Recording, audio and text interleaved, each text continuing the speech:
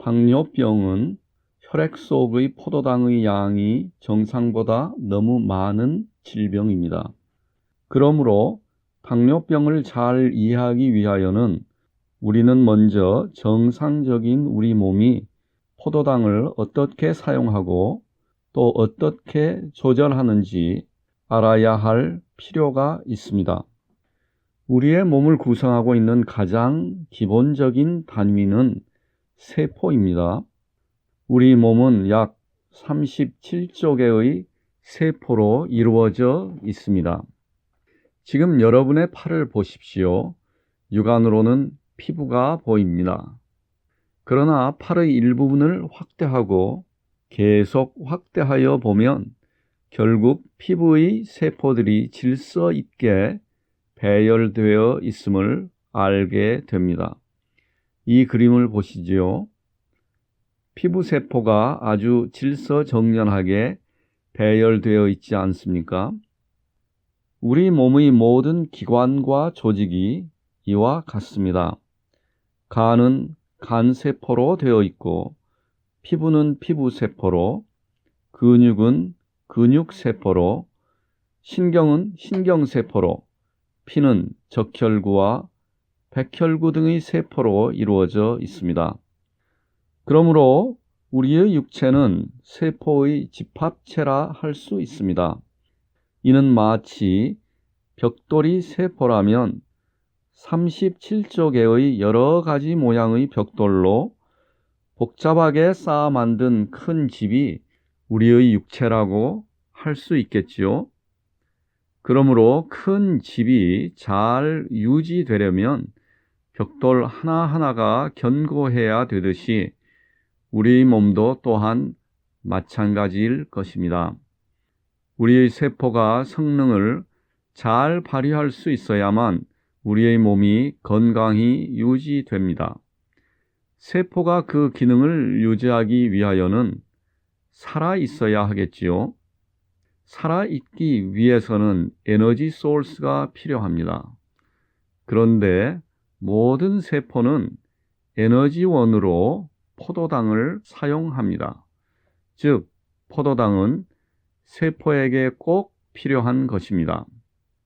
여기서 우리는 포도당의 분자 구조를 볼 수 있습니다.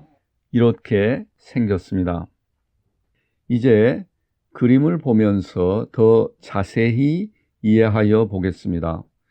우리가 먹는 음식에는 탄수화물이 존재합니다. 야채, 두부, 생선, 고기, 이것들은 모두 탄수화물이 적은 음식입니다. 그러나 빵, 감자, 밥 모두 탄수화물이 많은 음식입니다. 우리가 식사를 하면 음식 중 탄수화물은 위와 소화기관에서 잘게 분해되어 포도당으로 바뀌게 됩니다.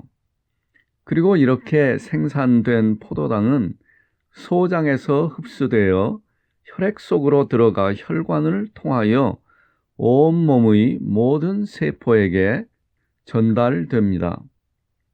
이 그림은 이렇게 세포에 도달한 포도당을 나타낸 것입니다. 세포는 세포 밖에 있는 포도당을 세포 안으로 들여와서 에너지를 생산하여야만 살 수 있습니다. 그러나 포도당은 세포막이라는 물리적 장벽 때문에 세포 안으로 스스로 들어갈 수 없습니다. 세포막에 포도당을 들여보내는 문이 없기 때문입니다. 마치 한 도시가 성으로 둘러싸여 있는데 성문이 없으면 사람들이 성내로 들어갈 수 없는 것과 유사하다고 할 수 있습니다. 그러면 포도당이 세포 안으로 들어갈 수 있는 방법이 있을까요? 있습니다. 바로 인슐린입니다.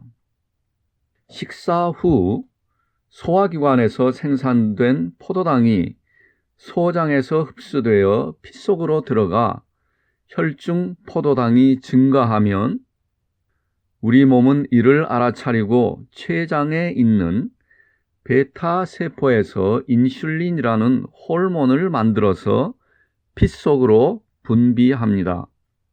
이 그림에서 보듯이 췌장은 위의 뒤쪽에 붙어 있습니다. 또 이 그림은 췌장을 확대하여 본 것이고요.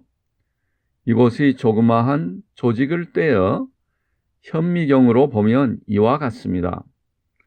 빨간색으로 표시된 세포들이 조그맣게 섬처럼 모여 있는 것이 보이지요. 이 세포들이 바로 인슐린을 생산하는 세포인데요. 학자들은 이것을 베타 세포라고 부릅니다. 물론 이 그림에서는 하나만 보이지만 이와 같은 베타 세포의 섬들이 한 사람당 약 100만 개 정도 있습니다. 또한 주목하여 보면 여러분은 이 베타 세포의 섬이 혈관 옆에 붙어 있는 것을 볼 수 있습니다. 이는 베타 세포가 인슐린을 능률적으로 곧바로 피 속으로 들여보낼 수 있게 하기 위해서입니다. 이렇게 분비된 인슐린은 혈액을 타고 세포에까지 오게 됩니다. 바로 이 그림이지요. 이제 인슐린의 중요한 역할에 대해 알아보겠습니다. 세포막에는 인슐린 수용체라는 단백질 분자가 항시 대기하고 있습니다. 인슐린과 인슐린 수용체는 서로 꽉 맞는 열쇠와 자물쇠와 같다고 할 수 있습니다. 그래서 인슐린이 인슐린 수용체를 만나면 이 둘은 즉시 결합합니다. 그리고 인슐린이 수용체와 결합하면 수용체는 활성화되어서 세포 내의 또 다른 분자를 활성화시킵니다. 이렇게 활성화된 분자는 또 다른 분자를 활성화시키고 또 시키고 이렇게 연쇄 반응이 일어나 세포 내에 존재하는 여러 가지 분자들이 활성화됩니다.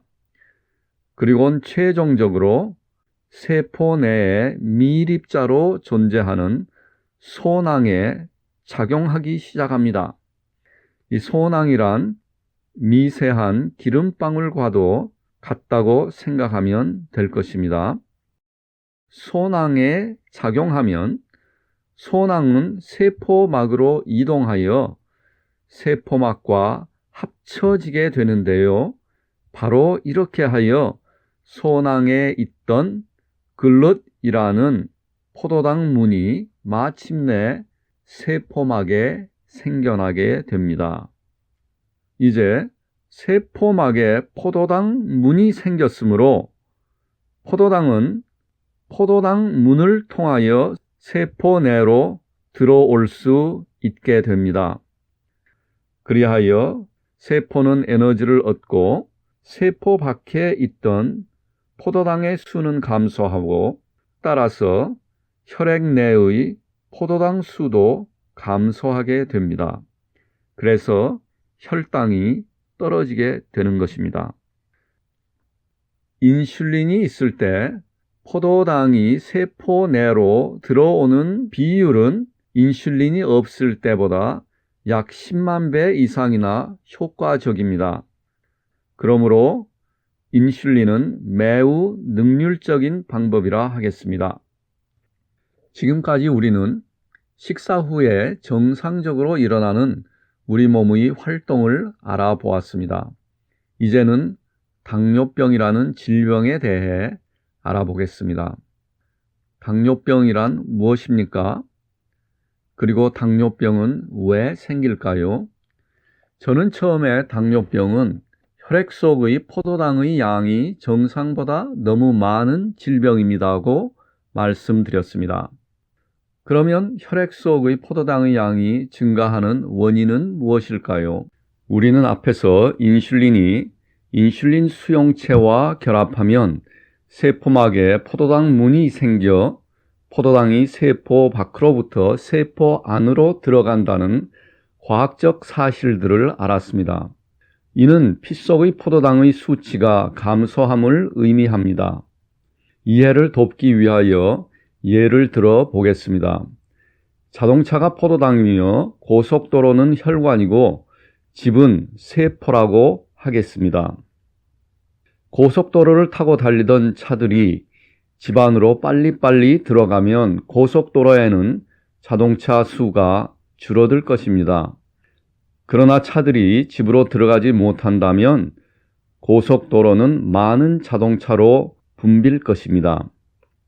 이와 같은 이치로 혈액 속의 포도당이 정상보다 많다는 것은 포도당이 세포 안으로 들어가지 못함을 의미하며, 이는 세포막에 포도당 문이 없기 때문이고, 또 이는 인슐린이 없거나 또는 인슐린이 인슐린 수용체와 결합하는 과정이나 그 이후 과정이 정상적으로 작동하지 못하고 있기 때문입니다. 그러므로 결국 당뇨병은 원인에 따라 크게 두 가지로 나누어 볼 수 있습니다. 첫째는 몸이 인슐린을 생산하지 못하는 경우이고, 둘째는 생산은 하지만 제대로 사용하지 못하는 경우입니다. 전자를 제1형 당뇨병이라 하며 후자를 제2형 당뇨병이라고 합니다. 그럼 제1형 당뇨병부터 알아보겠습니다. 제1형 당뇨병에서는 췌장이 인슐린을 생산하는 능력을 잃어버렸습니다. 앞에서 이해한 바와 같이 인슐린은 췌장의 베타세포에서 만들어집니다. 그러나 제1형 당뇨병에서는 인슐린을 만드는 베타세포가 몸의 면역체계에 의해서 공격을 당해 파괴되어서 췌장이 인슐린을 생산하는 능력을 상실하여 버렸습니다. 제1형 당뇨병은 전체 당뇨병의 약 5에서 10% 정도를 차지합니다. 이것은 외국의 자료인데요. 제1형 당뇨병은 전 연령대에서 발생하지만 주로 40세 이전에 발생함을 알 수 있습니다. 또 연령이 낮은 어린이나 청소년에게서도 발생하며 20대, 30대에서 가장 많이 진단됨을 알 수 있습니다.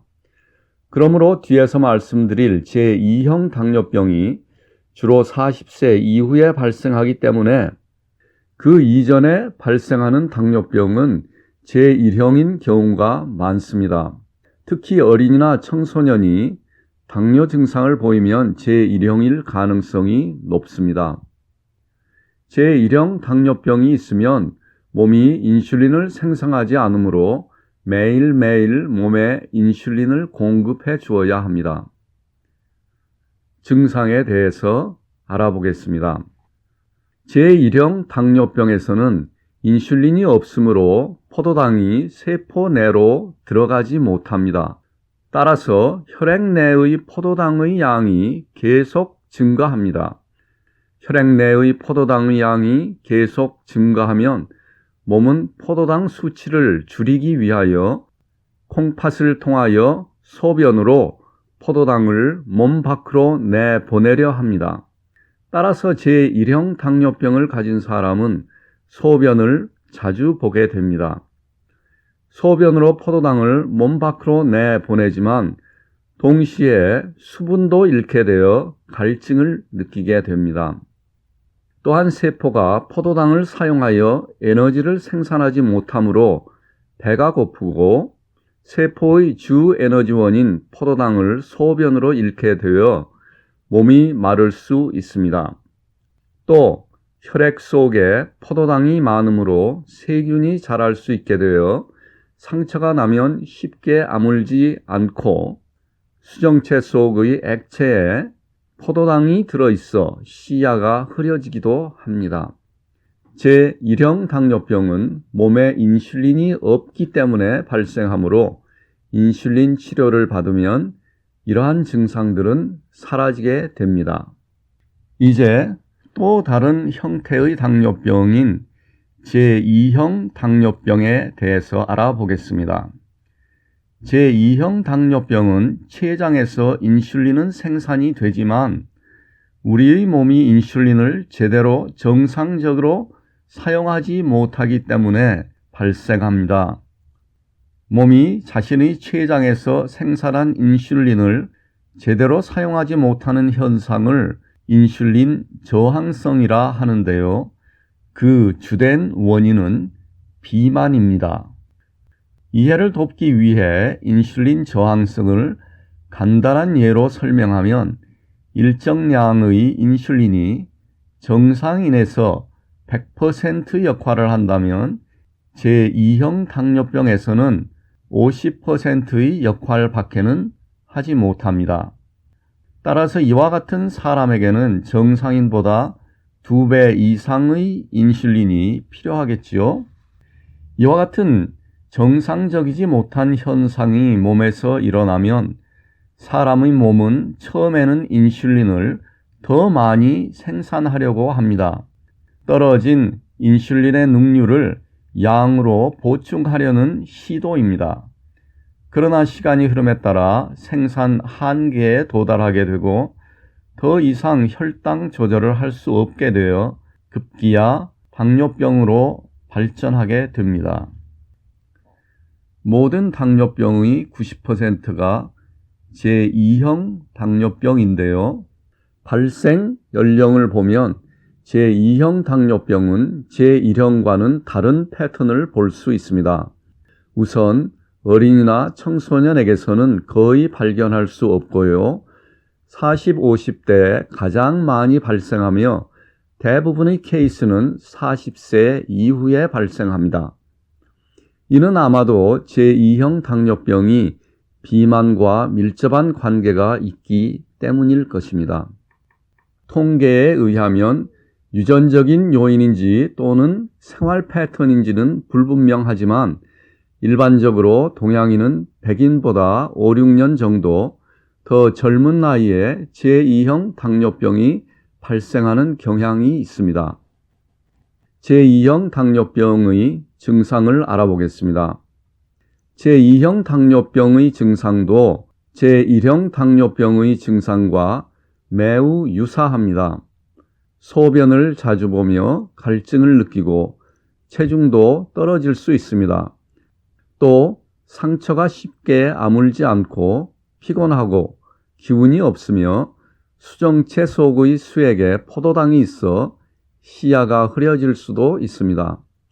제2형 당뇨병은 오랜 기간에 걸쳐 천천히 진행되기 때문에 증상 또한 눈에 띄지 않게 서서히 나타나며 본인이 느끼지 못하는 경우도 많이 있습니다.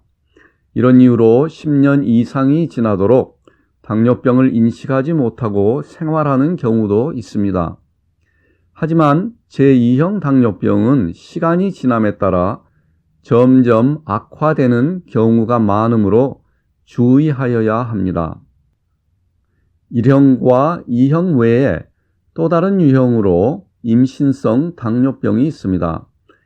임신 중인 여성 중 10% 미만에 발생하며 대부분의 경우는 분만 후에 자연히 사라집니다. 임신성 당뇨병은 몸의 인슐린 생산 능력이 파괴되지 않은 경우이므로 제2형 당뇨병의 일종이라고 할 수 있습니다. 임신성 당뇨병에 걸렸다면 그 이후에도 제2형 당뇨병이 생길 확률이 더 높을 수 있으므로 주의하여야 할 것입니다. 그러면 당뇨병은 어떻게 진단할까요? 우리가 식사를 하면 피 속의 포도당의 양이 증가합니다. 그러나 췌장이 분비하는 인슐린에 의하여 포도당 농도는 빠르게 떨어집니다. 이 도표는 식사 후 우리 몸의 혈중 포도당이 어떻게 증가하는지를 잘 보여주고 있습니다. 보는 바와 같이 초록색으로 표시된 정상인에서는 식사 후 약 1시간 이전까지는 포도당이 계속 증가하지만 그 이후부터는 급격히 감소하여 2시간쯤 되면 정상 수준으로 다시 내려옵니다.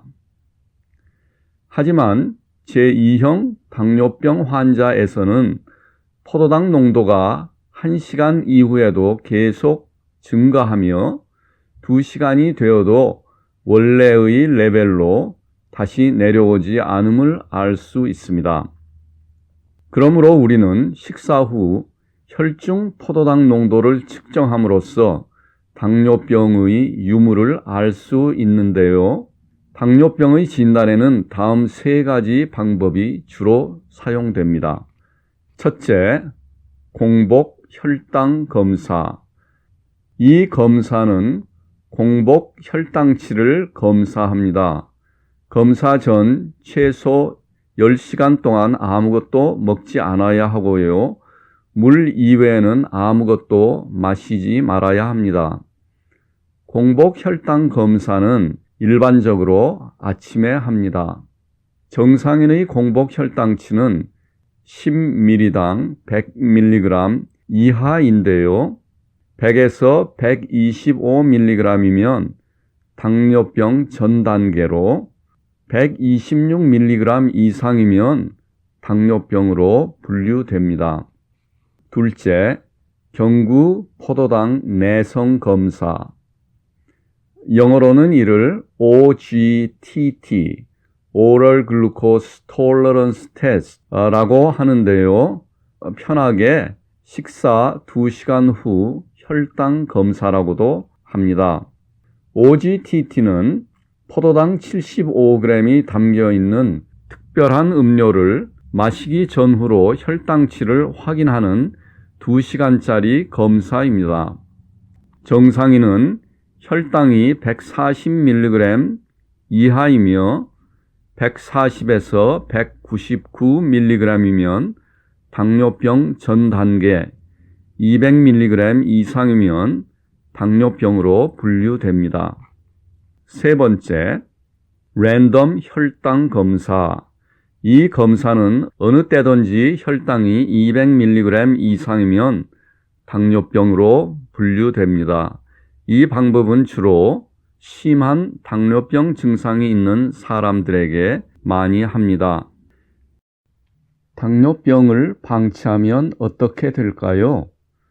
당뇨병의 위험성은 증상 그 자체보다도 고혈당에 있습니다. 피 속의 포도당 농도가 높은 상태가 오랫동안 계속되면 결국은 혈관이 손상을 입게 됩니다. 그러면 혈관에 많이 의존하는 장기가 먼저 손상을 받겠지요. 그러므로 치료하지 않으면 당뇨병은 콩팥 손상, 실명, 신경 손상, 심장병, 뇌출혈 등을 초래할 수 있습니다. 또한 사지의 끝까지 혈액순환이 활발히 되지 않아 발에 궤양이 생길 수 있으며 심하면 발을 절단해야 하는 상황에도 이를 수 있습니다. 그러므로 우리는 당뇨병을 조기에 발견하여 생활 습관을 개선하고 적절한 치료를 함으로써 혈당을 정상 수준으로 유지하여야 합니다. 시청해 주셔서 감사합니다. 오늘의 이 비디오가 당뇨를 더 명확하게 이해하는 데 도움이 되었기 바랍니다. 여러 가지 질병이나 자연현상을 과학적으로 설명하는 비디오를 계속 만들 예정입니다. 또한 해외의 연구기관에서 당뇨병이나 기타 다른 질병에 관한 연구에 큰 발전이 되는 연구 결과가 나오면 이를 설명하는 비디오도 만들려고 합니다. 구독하시면 편하게 받아보실 수 있습니다. 감사합니다. 행복하게 건강하세요.